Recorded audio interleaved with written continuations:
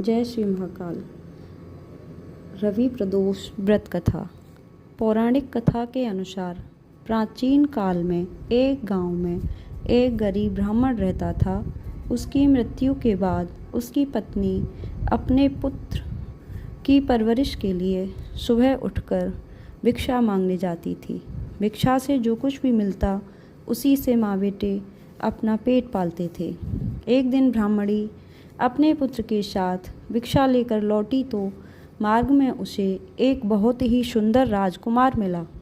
वह राजकुमार विदर्भ देश के राजा का पुत्र था, जिसके पिता के राज्य पर शत्रुओं ने आक्रमण करके अधिकार कर लिया था और राजा को बंदी बना लिया था।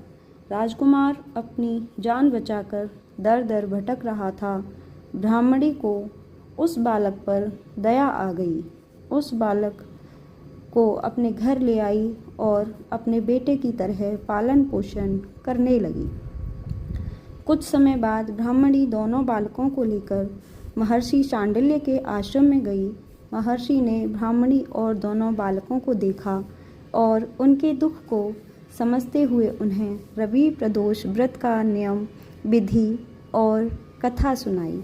महर्षि शांडिल्य के अनुसार ब्राह्मणी और दोनों बालकों ने पूरी निष्ठा और श्रद्धा के साथ रवि प्रदोष का व्रत करना आरंभ किया और भगवान शिव की पूजा करना शुरू कर दिया। कुछ दिन बाद दोनों बालक जंगल में घूम रहे थे। वहाँ उस राजकुमार की भेंट गंधर्वों की कन्या अंशुमति से हुई। अंशुमति राजकुमार के रूप और आचरण पर मोहित हो गई। अगले दिन अंशुमति अपने पिता गंधर्वराज को लेकर राजकुमार से मिली। गंधर्वराज को जब पता चला कि यह विदर्भ देश का राजकुमार है तो उन्होंने भगवान शिव की कृपा मानकर पुत्री अंशुमति का विवाह उस राजकुमार के साथ कर दिया और गंधर्वराज की विशाल सेना की सहायता से राजकुमार ने अपने शत्रुओं को पराजित कर अपने पिता को बंदी गृह से छुड़ाया और अपना खोया हुआ राज्य वापस पा लिया।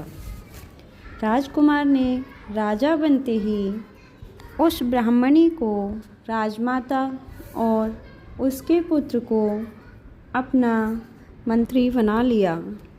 इस प्रकार रवि प्रदोष व्रत के प्रभाव से ब्राह्मणी की गरीबी व दुख समाप्त हो गया और राजकुमार को उसका राज्य वापस मिल गया।